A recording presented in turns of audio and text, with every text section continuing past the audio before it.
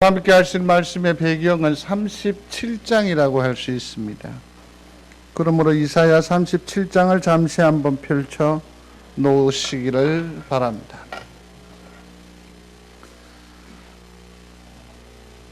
이스라엘은 주의 은혜로 말미암아서 태평성대를 구가하는 시절이 있었습니다. 그러나 마음이 맞지 않습니다. 정치적인 색깔을 달리하는 사람들이 있으므로 나라가 그만 갈리어지고 맙니다. 북쪽을 이스라엘이라고 하고 남쪽을 유다라고 하는, 그래서 분열 왕국의 시대를 감당하게 됩니다. 이스라엘 위쪽에 있는 이 이스라엘 그 위에는 아수르라고 하는 강대국이 자리를 하고 있었고, 시시각각으로 이스라엘을 괴롭게 합니다. 그러나 이 이스라엘은 아수르와 화친하기보다는, 더불어서 협력하기보다는 오히려 저 남쪽에 있는 애굽이라고 하는 나라를 더욱 의지하게 됩니다. 이미 우리가 알고 있는 이 애굽, 오늘 여기 등장하는 이 애굽은 출애굽할 때에 그 바로의 위세당당했던 그 애굽이 아니라는 데 문제가 있습니다. 지금은 점점 그 세력이 소멸되어져 가고 있는 그러한 형편임에도 불구하고 변화하기를 싫어했던 것입니다. 시대를 잃기보다는 내 편한 대로 생각하는 것입니다. 그래서 그들은 친애굽 정책을 펴되 아수르라고 하는 나라에 대해서는 적대적인 감정을 가지고 있었습니다. 예전에 요나라고 하는 선지자를 기억하실 것입니다. 니느웨도 아시지요? 다시스도 아실 것입니다. 들어본 도시 이름일 것입니다. 남쪽의 유다의 사람임에도 불구하고 이스라엘을 넘어서 아수르의 수도인 니느웨로 요나가 파송되어지지요. 그리고서는 하나님의 메시지를 전하였더니 아수르가 통째로 뒤집어졌다라는 것 아닙니까? 회개하는 거죠. 왕이 가슴을 치며 죄를 끼얹습니다. 모든 신하들이 다 그렇듯 하나님 앞에 회개하는 겁니다. 자복합니다. 심지어는 동물들까지도, 짐승들까지도 회개했다라고 성경은 기록하고 있습니다. 그 정도로 하나님께서도 아수르에 대하여서 선한 마음이 있었고 선대하는 역사가 있었음에도 불구하고 그들은 아수르에 대해서는 완전히 원수처럼 여기며 살았던 것입니다. 이사야가 나타나서 말합니다. 이는 잘못된 선택이라고 말합니다. 무엇보다도 결정적인 심각한 문제는 뭐냐면 이스라엘이 도무지 하나님을 생각하지 않는다. 하나님을 의식하지 않고 살고 있다. 하나님만 의지해야 합니다. 누누이 말했음에도 불구하고 이 이스라엘은 그 말을 듣지 않습니다. 히스기야가 왕이 되어서 이스라엘을 14년째 다스리고 있을 즈음에 아수르의 산헤립이라고 하는 대장군이 18만 5천 명을 이끌고 이스라엘을 삼키려고 나오고 있습니다. 하나님을 의지해야 하는데, 하나님을 바라보아야 하는데, 하나님을 전적으로 사모해야 하는데 그들은 여러 가지 자기의 지략과 자기의 지식과 자기의 상황 판단을 의지하면서 아수르를 의지했더니 오히려 아수르를 미워했더니 아수르가 화근이 되어서 이제 18만 5천 명을 이끌고 쳐들어오게 된 것입니다. 풍전등화와 같은 것이죠. 어떻게 해볼 도리가 없습니다. 히스기야는 성 밖에 있는 모든 운물을 다 메워버렸습니다. 그리고서는 바깥에 있는 그 운물에 물길을 터널을 뚫어서 성 안으로 끌어들였습니다. 이것이 역사적으로 유명한 히스기야 터널이라고 하는 겁니다. 여러분들이 성지순례를 가면 이 히스기야 터널을 경험할 수 있습니다. 물을 안으로 들입니다. 모든 수단과 방법을 다 동원해 보지만 그들은 더 이상 산헤립을 감당할 수 없게 된 것입니다. 37장 3절에 있는 말씀입니다.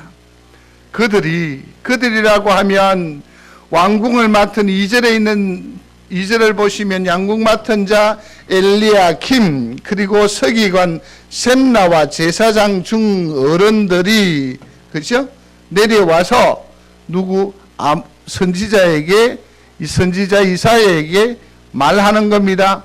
히스기야의 왕의 말을 대신하는 겁니다. 히스기야의 말씀에 오늘은 환난과 책벌과 능욕의 날이라. 아이를 낳으려 하나 해산할 힘이 없음 같도다. 지금 이스라엘이 처한 형편입니다. 아이를 낳긴다 하는데 밀어낼 힘이 없는 그 형국이라는 것 아니겠습니까? 지금 이스라엘은 매우 난감한 가운데에 놓여 있습니다. 36장 앞으로 또 나아가 보면 랍사게가 유다 왕국에 들어와서 조롱을 합니다. 내가 이곳을 멸망시키려고 왔노라. 너희들이 섬기는 하나님의 허락을 받지 않고 내가 왔다. 왜냐하면 그는 하나님이 아니기에 살아있는 자가 아니기 때문에 내가 너희를 멸망시키려고 한다.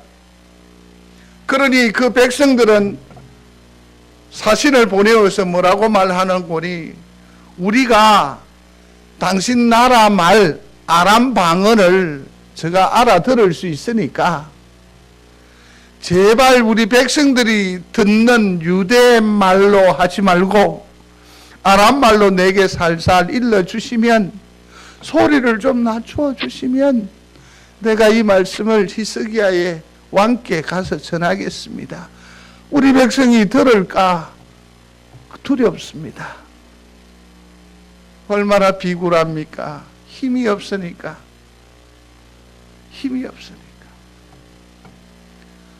사람들을 어찌하여 그렇게 무기력하냐라고 말할 수 있을 것입니다.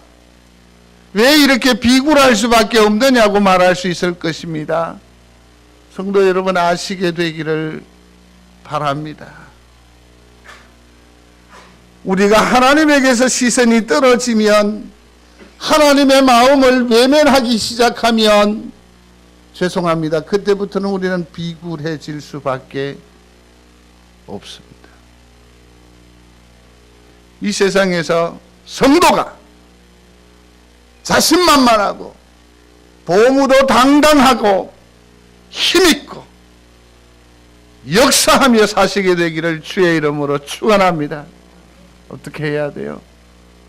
주님을 똑바로 보고 길을 가야 돼요. 길을 가야 돼요. 이스라엘이 비굴해집니다. 비굴해져 있습니다. 그러므로 히스기야가 택한 방도가 있습니다. 그건 바로 베옷을 입습니다. 그리고는 죄를 뒤집어 쓰는 거죠. 이러한 일련의 모습은 뭘 말하느냐 하면 회개하는 것을 의미합니다. 회개하는 거예요. 회개. 무기력하면서 연약하면서 소망 없음에서 아이를 밀어내려고 하나 해산할 힘이 없는 연약한 지경에서 탈피할 수 있는, 벗어날 수 있는, 회복할 수 있는 유일한 길은 베옷을 입는 겁니다. 죄를 끼얹는 거예요.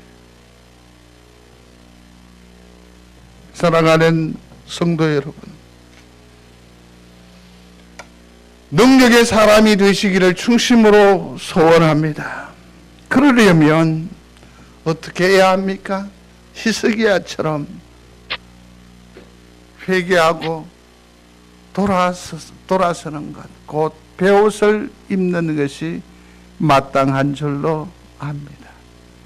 성도 여러분, 주님 앞에 우리의 마음이 놓여지고 기도의 무릎으로 나아가게 될 때에 하나님께서는 비로소 우리에게 역사해 주실 줄로 믿습니다. 이게 중요합니다. 18만 5천이라고 했습니까? 역대하 32장 20절 이하에 보면 히스기야가 부러지져 기도한다라고 했습니다. 그러니 기도할 때에 아예 벽면을 보고 기도한다라고 했습니다. 돌아선 거예요. 벽을 보고. 이건 뭘 말하는 겁니까? 그 어떤 누구도 타협하지 않겠다. 사람의 소리에 마음 두지 않겠다. 오직 하나님만 바라보겠다라는 거예요. 그 앞에는 뭐가 놓여 있었다고요? 랍사게가 보내온 협박의 편지가 놓여 있었습니다. 이건 뭘 말하는 것일까요? 하나님 앞에 솔직함이지요. 나의 연약을 그대로 두고 가는 거예요. 그대로. 한 의사 선생님과 같이 운동하면서 나눈 얘기 있습니다. 의외로 환자들이 자기 솔직하지 못하다라는 얘기를 하더라고요. 우리도 마찬가지입니다. 자기 연약, 자기 아픔이라는 것들을 좀처럼 드러내지 않습니다. 드러내어야 치유함이 될 것인데, 드러내어야 문제 해결이 될 것인데, 탁하니 착탕하게 꾸며 나가는 모습이 있단 말이에요. 그것도 특별히 누구 앞에? 하나님 앞에. 성도 여러분, 하나님 앞에 진실무망하시기를 바랍니다. 솔직해야 돼요. 누구 앞에? 하나님 앞에. 솔직해야 돼요. 그때야 비로소 하나님의 치유가 시작된다는 사실을 잊지 마시게 되기를 바랍니다. 그는 하나님 앞에 베옷을 입으며 벽을 향하여서 솔직하게 나아가서 구하는 거지요. 히스기야의 기도의 모든 전문을 읽어보아 한 단어로 표현할 수 있습니다. 그게 뭐냐면 소리하십시오. 하나님, 은혜를 주십시오. 도와달라는 말도 아니에요. 이것은 상당한 의미가 다를 수 있어요. 도와달라는 것은 무엇입니까? 그러면 내가 역사하겠다라는 것이겠죠. 근데 은혜라는 것은 용어가 그러지 않아요. 은혜는 그저 주시는 하나님의 것이에요. 그저 주시는 하나님의 능력, 그저 주시는 하나님의 열매예요. 그러니까 이런 표현이죠. 도와주십시오, 내가 역사하겠습니다라고 하는 이 여지가 도무지 없는, 그저 부어주시는 하늘의 축복이, 복락이 바로 뭐라고요? 은혜라고 하는 거예요. 은혜라고 하는 거예요. 소리하십시오. 은혜를 주옵소서. 히스기야의 기도의 요지는 뭡니까? 은혜를 주옵소서 하는 거예요. 성도 여러분, 이 땅에서 삶을 이루어 사는 데 있어 주의 은혜가 없으면 우리는 잠시도 호흡할 수 없음을 인정하는 여러분들이 되시기를 바랍니다. 은혜가 필요해요. 은혜. 해산할 힘이 없습니다. 전혀 어떻게 해볼 도리가 없습니다. 그렇다고 한다면 히스기야처럼 기도해야 해요. 그리고서 또 다른 어떤 방도는 없을까 고민해 보는 거지요. 고민해 보는 거죠. 보십시오. 이제는 본문 41장으로 넘어오게 될 것입니다. 넘어오십시오. 그러면 우리는 다 하나님의 백성입니다. 영적인 이스라엘입니다. 모두가 다 기도의 능력이 있습니다. 우리 중에 기도 못하시는 분 계세요? 모두들 다 기도하실 수 있어요. 그런데 오늘 41장으로 넘어와 보아도 여전히 이스라엘은 연약해요. 여전히 두려워 떨고 있어요. 여전히 그들은 어떻게 해야 할 바를 알지 못하고 있음을 보게 됩니다. 이미 37장에서 41장으로 넘어오는 이 와중에 북이스라엘은 멸망하고 맙니다. 근데 북이스라엘이 멸망하고 말았고, 그 다음에 또 뭡니까? 유다 히스기야 왕이 북이스라엘을 삼키고 난 뒤에 남유다로 내려오는 이 즈음에 그 기도하였고 애씀에도 불구하고 이스라엘의 처지가 전혀 개선되지 않았다. 여러분들이 판단해 보시기를 바랍니다. 전혀 개선되지 않았다. 기도함에도 불구하고 응답을 누리지 못했다. 그죠? 그런 결과일 거예요. 그런데 오늘날 우리의 삶도 한번 생각해 보십시오. 내가 영적인 이스라엘이에요. 하나님의 백성입니까? 믿으시면 아멘. 성도입니까? 근데 왜 우리는 전혀 무기력하죠?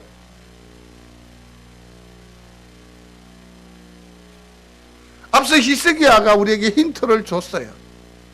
왜 우리는 기쁨이 없어요? 왜 즐거움이 없습니까? 소망의 이룸, 성취가 없냔 말이에요. 왜 쳇바퀴입니까? 위람된 표현입니다. 용서하시고 들으시기를 바랍니다. 기도가 없기 때문입니다. 기도가 없기 때문입니다.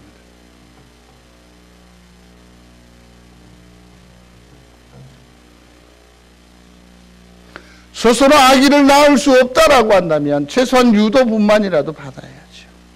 유능한 산파의 도움을 받아야 하지 않을까요? 받아야 해요. 그 유능한 도움의 산파가 곧 저는 은혜라고 생각을 합니다. 은혜가 있어야 돼요. 근데 아셔야 돼요.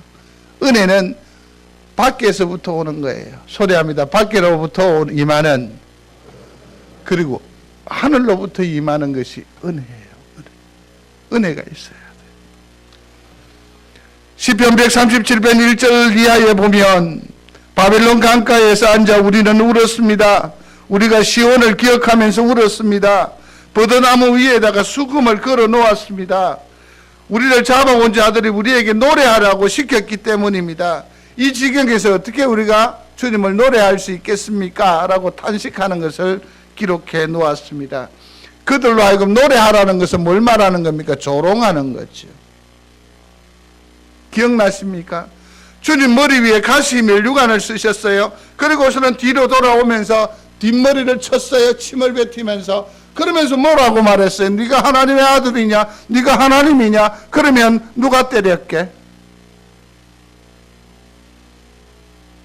이유 같은 치욕이 어디 있어요? 어느 손 게임하는 겁니까? 장난하는 거죠? 조롱하는 거죠? 이스라엘은 포로로 끌려간 뒤에 이처럼 조롱을 당할 수밖에 없었습니다. 그런데 남쪽 유다는 이스라엘의 그 형편을 보고서도 말입니다. 전혀 바뀌지 않습니다. 전혀 그들은 각성하지도 않았습니다. 그러면서 그들은 그냥 무너지는 거예요. 흩어지는 거예요. 그러면서 말합니다. 불평합니다. 원망합니다. 뭐라고 말합니까? 하나님이 과연 살아계시느냐고. 하나님이 과연 우리를 위하시느냐고. 그렇게 말하고 있는 것을 보게 됩니다.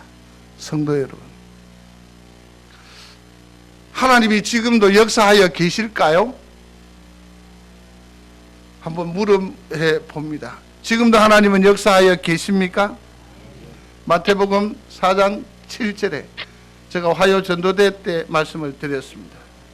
4장 7절에 보면 주 너의 하나님을 뭐하라? 시험하지 말라 그러셨습니다. 제가 목회자입니다. 목사입니다. 그런데 때로는 주 너의 하나님을 시험하지 말라 하는 이 말씀이 내 심장을, 여러분들은 주 너의 하나님을 시험하지 않습니까?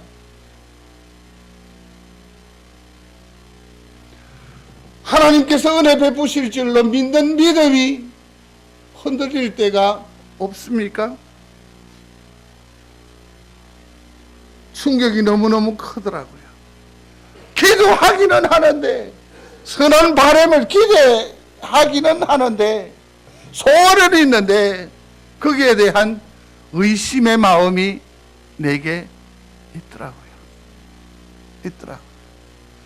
성도 여러분, 독실이와 같이 힘있게 비상하는 성도들이 될 줄로 믿습니다. 근데 때 거기에는 의심이 따라가고 있다는 거죠. 얼마나 두려운지, 얼마나 놀라웠는지 모릅니다. 그렇습니다, 성도 여러분. 하나님은 여전히 우리와 함께 하시는 줄로 믿는 여러분들이 되시기를 바랍니다. 그렇다고 한다면 회복의 두 번째 방법이기도 해요. 첫 번째는 무엇입니까? 배옷을 입어라. 소리하십시오. 배옷을 입어라. 두 번째는 무엇이냐 하면 위로하라.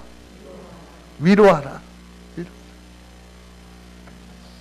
1절 한번 보겠습니다. 다 같이 읽겠습니다.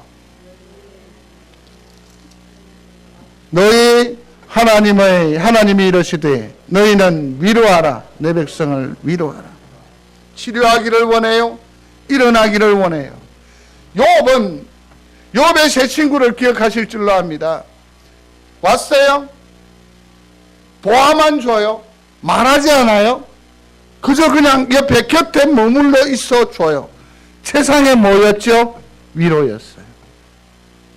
그런데 조금 시간이 지나니까 뭔가 욥에게 뭐 말을 좀 해주고 싶다라는 것이죠. 그러면서 한두 마디 하다 보니까 그것이 뭡니까? 욥의 상처에 뭘 뿌린 격? 소금을 뿌린 격이 돼버린 거예요. 무기력한 사람, 무기력한 성도가 일어나기를 원하십니까? 위로해 주십시오. 기다려 주십시오. 지적하지 마시고 그 스스로 일어나도록 옆에 계셔 주십시오. 이게 참 어렵겠죠. 주님은 어떻게 하십니까? 2절 같이 읽겠습니다. 너희는 예루살렘에 마음이 닿도록 말하며 이것을 외치라. 그 노역의 때가 끝났고 그 죄악이 사함을 받았느니라. 그의 모든 죄로 말미암아 여호와의 손에서 벌써 배나 받았느니라 할지니라 하시니라. 하나님께서 이스라엘을 어떻게 위로하십니까? 이제 그만 됐다. 너희는 충분히 벌을 받았다. 오히려 배나 더 받았다. 이제 됐다. 그렇게 이스라엘을 하나님께서 위로하시는 거죠. 정말 멋지죠? 정말 멋지죠. 이젠 되었다. 너희의 형벌을 받을 만큼 받았다. 아니 너희가 형벌을 2번이나 더 받았다라고 위로하십니다. 사랑하는 성도 여러분, 성도가 성도를, 이웃을, 주변을 위로하는 성도가 되시기를 바랍니다. 문제를 지적하는 것이 아니라 위로하는 거죠. 위로하는 거죠. 이게 그 영혼을 얻는 비법이에요.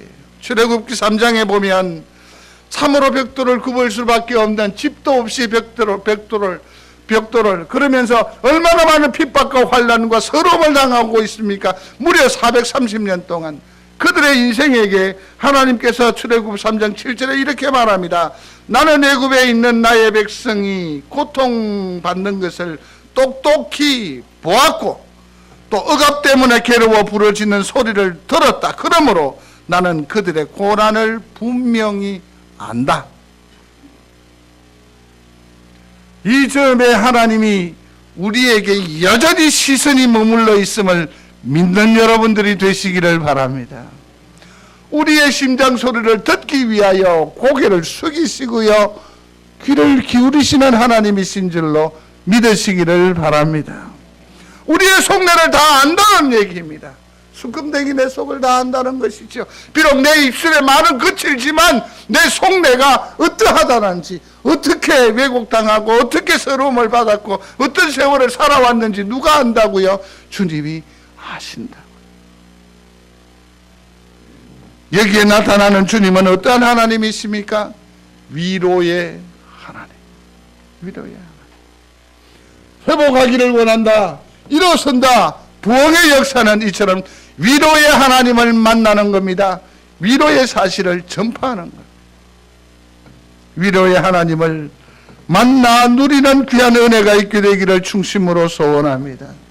또 이 즈음에 우리에게 임하여 오시는 그 하나님은 어떠한 하나님이냐, 또 혹은 우리가 부흥할 수 있으려면 세 번째로 어떻게 해야 하느냐 하는 것이죠. 이 하나님을 붙드는 거예요. 이 하나님은 어떤 하나님이냐면, 소리하십시오. 능력의 하나님. 10절 보십시오. 같이 읽겠습니다. 보라, 주 여호와께서 장차 강한 자로 임하실 것이요 친히 그의 팔로 다스릴 것이라.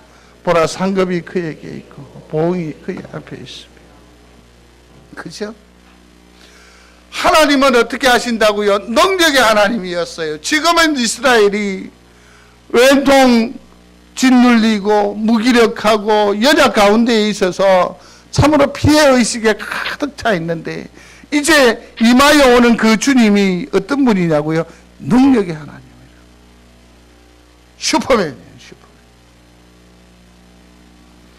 주님이 우리 가운데에 오시면 능히 모든 일들을 해결하실 줄로 믿고 그 능력의 주님을 학수고대하고 마침내 누리며 사는 우리 귀한 성도들이 다 되시기를 주의 이름으로 축원합니다. 그렇습니다, 성도 여러분. 이 기도하는 일이며 또 하나 위로하는 일이며 또 그 하나님을 만나는 것이 지금 절대적으로 필요합니다. 그런데 한 가지만 더 짚고 넘어가야 할 사실이 있습니다. 3절로 5절을 같이 읽겠습니다. 외치는 자의 소리여 이르되 너희는 광야에서 여호와의 길을 예비하라. 사막에서 여호와의 길을 예비하라. 도두어지며 산마다 언덕마다 낮아지며 고르지 아니하는 것이 평탄하게 되며 험한 것이 펴지. 여호와의 영광이 나타나고 모든 육체가 그것을 함께 보리라. 이는 여호와의 입이 말씀하셨느니라. 성도 여러분, 하나님을 보기를 원하고 회복되기를 원하고 다시 일어서야만 하겠습니다. 그러한 영광이 우리가 사모하잖아요. 그러한 것이 있어지기를 중심으로 소원합니다. 그런데 놀라운 건 광야에, 사막에는 뭐가 있다 없다? 길이 있다 없다? 없어요. 방향은 있습니다. 방향은 있습니다. 그러나 길은 없습니다. 오늘 성경이 말하는 바 꼭 우리에게 심령의 모습이 뭐와 같다? 사막과 같다? 광야와 같다? 길이 없다라는 것을 우리에게 말하고 있습니다. 그러므로 오늘 이사야는 그 능력의 하나님, 그 위로의 하나님, 나를 일으키시는 하나님, 내게 마음을 주시는 그 하나님을 만나기를 원하느냐? 그러면서 이사야가 우리에게 전제 조건을 내십니다. 그게 뭡니까? 내 마음의 잡초를 제거하라는 것. 내 마음의 불순물들을 다 치우라는 얘기입니다. 높은 산이 낮아지고 낮은 곳이 높아져서 평평하게 길을 내라는 얘기입니다. 이 길로 누가 오신다고요? 하나님이 오신다고요. 생각을 많이 하지 마십시오. 좀 단순하십시오. 좀 내려놓으십시오. 주 내 하나님을 의심하지 말라라고 했어요. 시험하지 말라라고 했는데 의심하지 마시고 이 모든 것들을 다 내려놓으시고 주님 내게 은혜 주시면 나는 은혜이면 족한 줄로 믿습니다. 단순하게 주를 바라보십시오. 주를 사모하십시오. 그 단순함에 그 길로 누가 오십니까? 주님이 오십니다.